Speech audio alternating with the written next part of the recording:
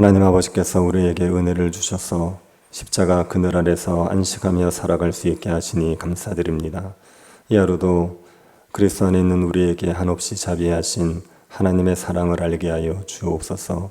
그 사랑으로 기뻐하고 감사하며 형제를 사랑하는 삶을 살아갈 수 있도록 은혜 내리워 주옵소서. 걸어가신 예수님 이름으로 기도드립니다. 아멘. 찬송가 218장입니다. 찬송가 218장입니다. 통일 찬송가는 369장입니다. 218장입니다. 통일 찬송가는 369장입니다.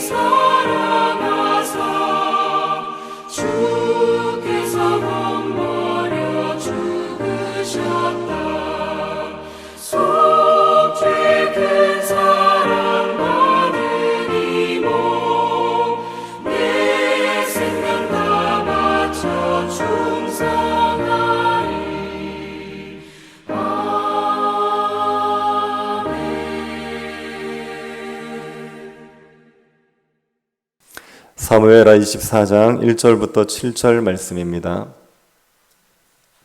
사무엘하 24장 1절부터 7절 말씀입니다.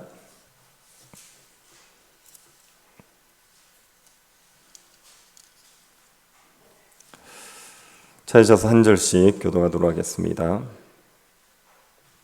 찾으셨으면 교도하겠습니다.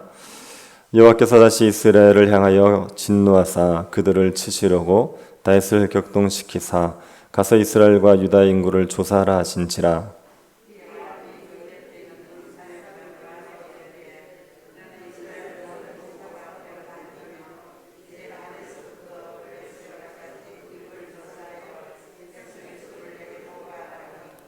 요압이 왕께 아뢰되 이 백성이 얼마든지 왕의 하나님 여호와께서 100배나 더하게 하사 내 주 왕의 눈으로 보게 하시기를 원하나이다. 그런데 내 주 왕은 어찌하여 이런 일을 기뻐하시나이까 하되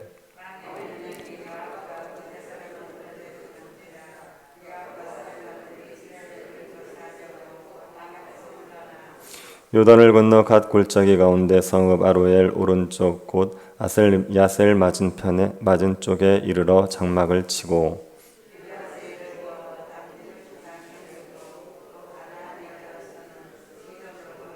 같이 보겠습니다.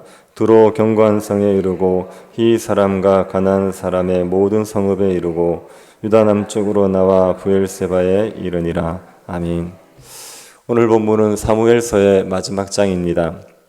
사무엘서는 다윗의 인구조사로 인한 하나님의 징계에 대한 이야기로 끝이 납니다.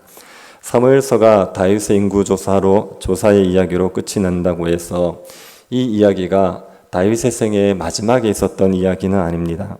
사무엘서는 대체로 시간 순서로 기록이 되어 있습니다. 하지만 전체가 다 시간 순서로 기록된 것은 아닙니다. 특히 21장부터 24장까지는 시간적인 순서로 기록된 것이 아닙니다. 다윗의 인구조사가 다윗의 생애 마지막 있었던 일은 아닌 겁니다. 그런데 사무엘서를 기록하는 저자는 의도적으로 이 사건을 다윗의 생애의 마지막에 배치하고 있습니다. 그 이유가 무엇인지는 우리가 다음 시간에 한번 살펴보도록 하겠습니다. 오늘은 왜 다윗의 인구조사 사건에 대한 여러 가지 의문점을 먼저 한번 풀어보도록 하겠습니다. 다윗의 인구조사에 대한 이야기가 쉬운 이야기는 아닙니다. 많은 의문점을 가지고 있는 사건입니다. 1절만 봐도 여러 가지 의문점이 생깁니다. 1절을 다시 한번 보시기 바랍니다. 여호와께서 다시 이스라엘을 향하여 진노하사 그를 치시려고 다윗을 격동시키사 가서 이스라엘과 유다의 인구를 조사하라 하신지라. 여호와께서 다시 이스라엘을 향해 진노하셨다고 합니다. 다시 진노하셨다는 이야기는 이전에도 진노하신 적이 있다는 말 아닙니까? 하나님께서 이스라엘에게 진노하신 적이 있는데 또다시 이스라엘 향해서 진노하고 계십니다. 그런데 무엇 때문에 진노하셨는지가 나오지 않습니다.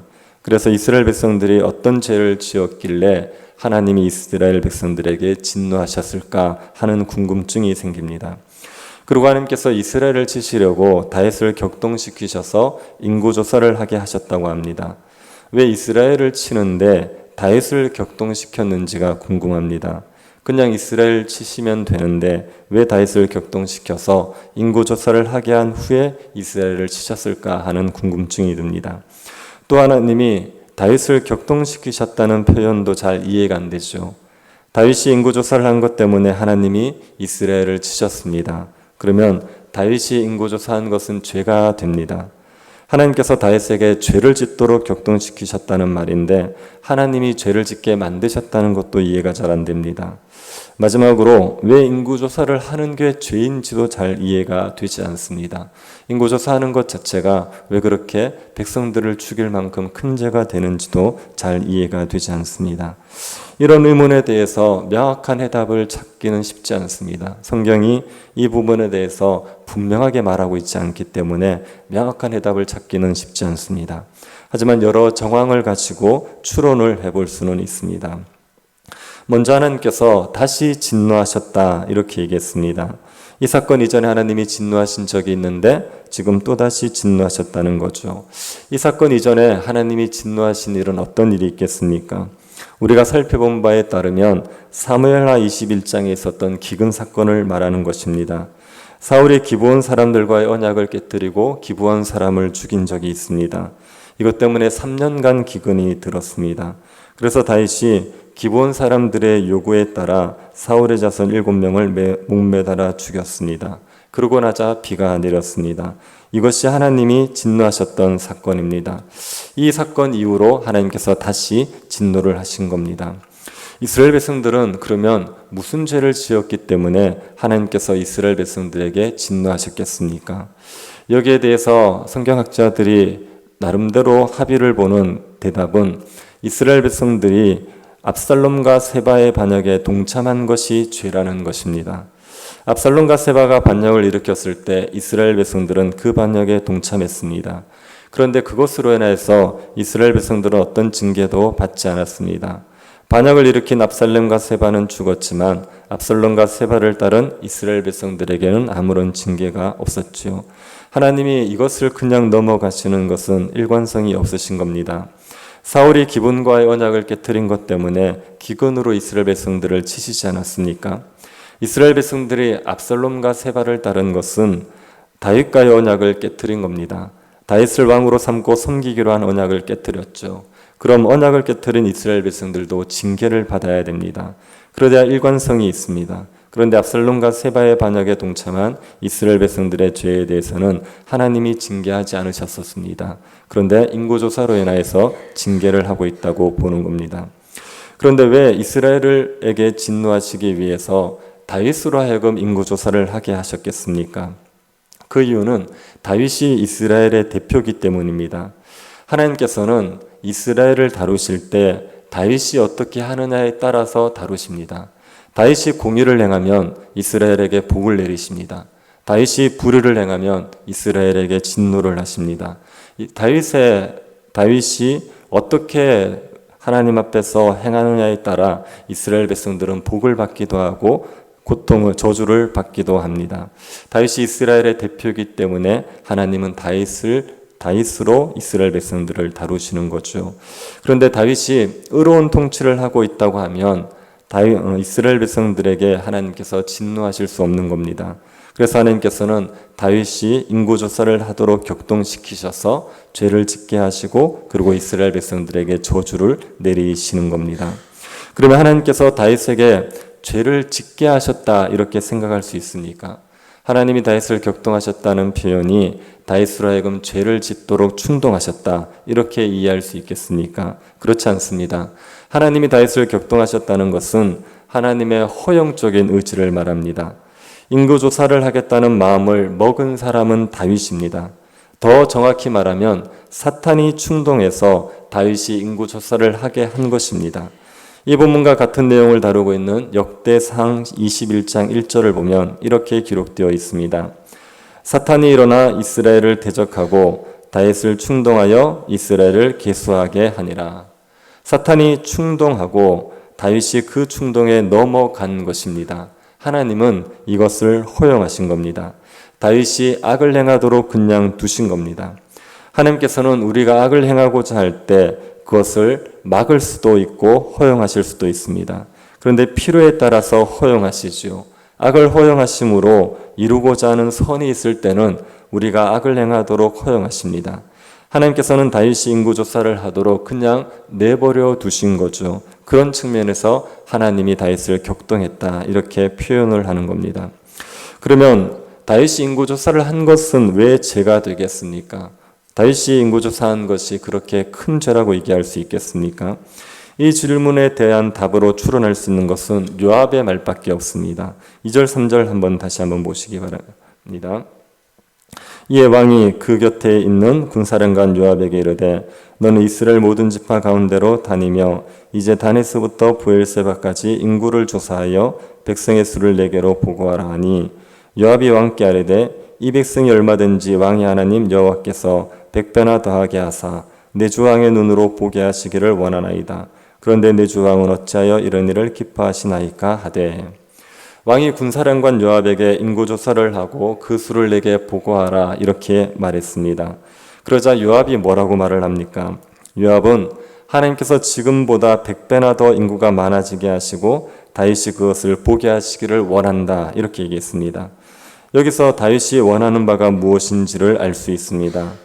다윗은 인구가 더 많아지기를 원하고 있고 많은 인구를 보고 즐기고 싶어 합니다. 다윗의 인구조사는 이런 의도로 이루어지는 겁니다. 백성의 수가 더 많아지게 하고 그 많은 백성을 보고 즐기기 위해서 시행된 것이 인구조사입니다. 다윗은 하나님에 의해서 이스라엘이 번성하는 것을 소망하고 있는 것이 아니라 자신의 힘으로 이스라엘을 번성하게 하려는 시도를 하고 있습니다. 그리고 번성하는 이스라엘 백성들을 보면서 기뻐하려는 거죠. 마치 자신의 힘으로 백성들이 번성한 것처럼 이스라엘 백성들이 자신의 백성인 것처럼 생각하고 있는 겁니다. 이스라엘 백성들은 다윗이 통치를 하고 있지만 다윗의 백성들이 아니라 하나님의 백성들입니다. 출애굽기 30장 12절에 보면은 인구조사를 할 때는 반드시 속전을 들여서 질병을 없애라고 하는 말씀이 있습니다. 출애굽기 30장 12절입니다. 내가 이스라엘 자손의 수요를 조사할 때 조사받은 각 사람은 그들을 계수할 때 자기의 생명의 속전을 여호와께 드릴지니 이는 것을 계수할 때 그들 중에 질병이 없게 하려 함이라. 하나님께서는 인구조사할 때 속전을 바치게 했습니다. 인구의 수에 따라서 돈을 바치게 했습니다. 속전을 바치게 한 이유는 이스라엘 백성들이 하나님의 백성임을 알게 하기 위해서입니다. 그래서 민수기를 보면 시내산 앞에서 이스라엘 백성들의 인구조사를 하면서 하나님께 속전을 바칩니다. 이스라엘 백성들의 장자 수만큼 레위인을 하나님께 바치고 레위인의 수가 부족한 만큼 돈을 바칩니다. 이스라엘 백성들이 하나님의 백성이라는 것을 고백했습니다. 그런데 다윗은 인구조사를 하면서 속전을 바치지 않습니다. 하나님의 백성들을 마치 자신의 백성처럼 생각하고 백성의 번성을 보면서 기뻐하고 백성의 수로 인하여서 이스라엘이 더 부강하게 될 것처럼 생각을 하고 있습니다.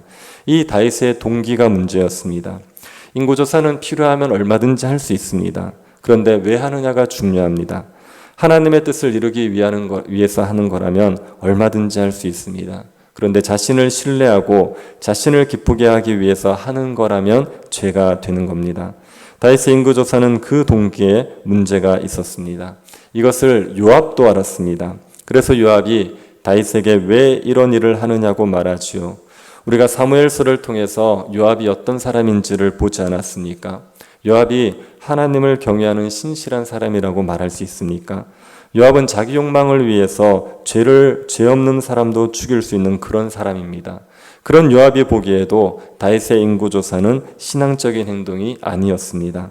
그러면서 말렸지만 다윗이 강압을 해서 결국 그것 때문에 이스라엘 백성들이 징계를 당하게 되었습니다.